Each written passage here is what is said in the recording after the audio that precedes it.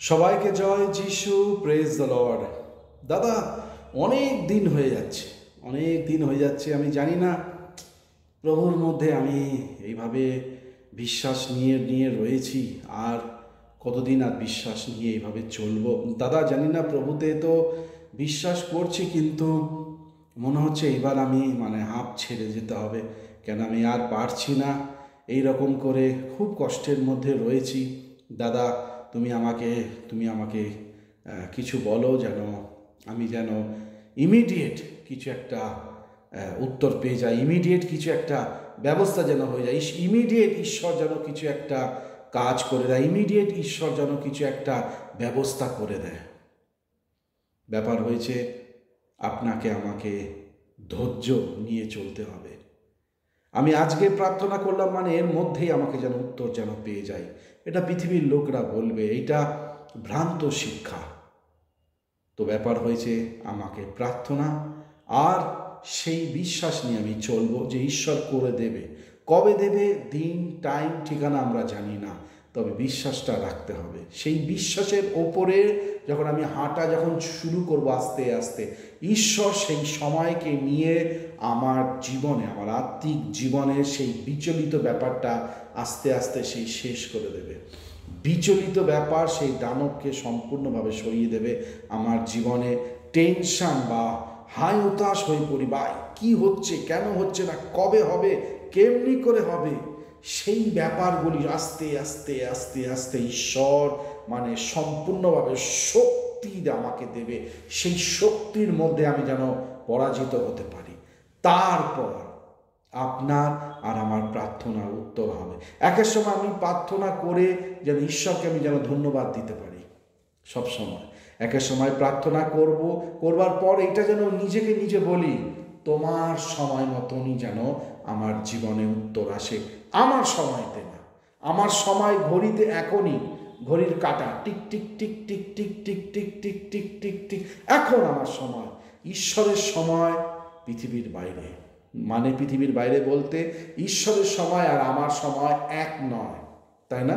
একটা জায়গায় বলছে তোমার সময় এখন, কিন্তু আমার সময় এখনো আসেনি। কবে আসবে জানি না, কিন্তু নির্দিষ্ট সময়তে ঈশ্বরকে সেই মানব পুত্র সেই মানুষের হাতে ধরিয়ে দিয়েছিল। তো তার এখান থেকে আমরা শিখব, প্রার্থনা করবার পর আমি যেন বিচলিত না হই। প্রার্থনা করবার পর আমি যেন সেই স্থিরতা নিয়ে চলি যে হবে, ঈশ্বর ঠিক উত্তর দেবে তার সময় মতন। এই জিনিসটা যখন আমি ধরে নেব, ঈশ্বর ঠিক তার সময় মতন আমাদেরকে উত্তর দিয়ে থাকবে। আর আমরা যেন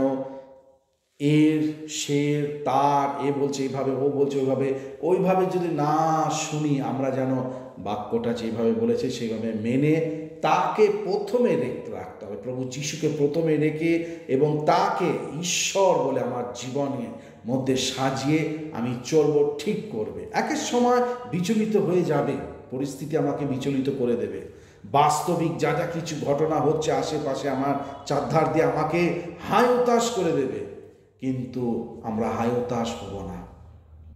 আমাকে বুঝতে হবে ঈশ্বর শেষটা দেখে আপনার এবং আমার জীবনে শুরু করেছে।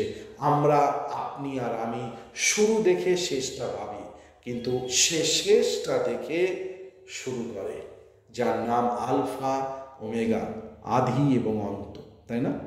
বাইবেল বলে প্রভুদি প্রভু, রাজার রাজা। আর সব কিছুর মধ্যে আমরা যেন আনন্দ করি। দিয়াবল চাইবে, কোথায় তোমার ঈশ্বর, কোথায়?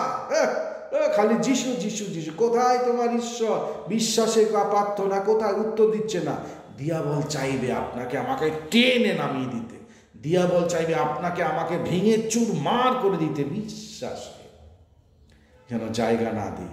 বাইবেল বলে অবিরত প্রার্থনা করো এবং আনন্দ করো। একটা গান বলেছে, আনন্দ করো প্রভুতে সদা, আবার বলি আনন্দ করো, আনন্দ করো প্রভুতে সদা, আবার বলি আনন্দ করো, আনন্দ আনন্দ, আবার বলি আনন্দ আনন্দ করো, আনন্দ আনন্দ, আবার বলি আনন্দ করো, আনন্দ করো প্রভুতে সদা, আবার বলি আনন্দ করো। দাদা কেমনি করে আনন্দ করব?